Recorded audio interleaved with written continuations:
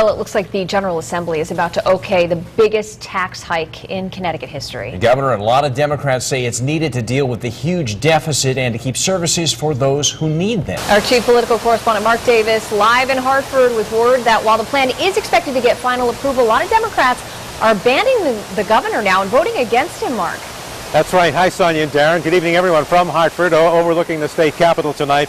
Governor Malloy is confident that his record-breaking budget plan will be on his desk by sometime tomorrow, and he's hopeful that some sort of a deal on that $1 billion in concessions from the state labor unions will be agreed to by the end of the week. The House of Representatives took up the governor's budget plan shortly after 2 this afternoon. It will go from here directly to the governor's desk for his signature. It had passed the state Senate just 11 hours earlier, shortly after 3 a.m. this morning, with just 19 votes, one more than needed. 3 Democrats joined with the Republicans voting against it. The state Senate last night, with 19 votes, approved the budget, which is groundbreaking. They demonstrated great leadership. I'm very thankful for that leadership. Waterbury State Senator Joan Hartley is one of the 3 Democrats who voted no.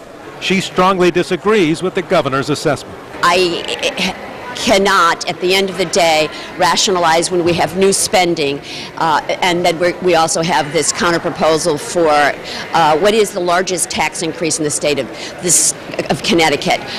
And to me, those are a contradiction in terms. One of the 2 Tea Party Republicans now in the state Senate noted today that this is the first state budget in 20 years to be put together by a governor who is a Democrat with a legislature controlled by Democrats. And we get one, and it's $1.5 billion tax increase, the biggest one in history.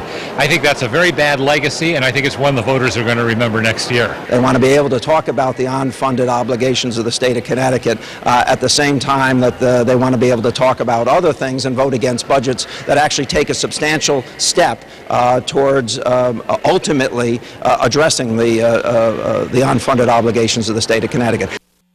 They're still debating this over there, and they will be probably for hours to come, many, many hours. Republicans, we're told, have about 22 amendments.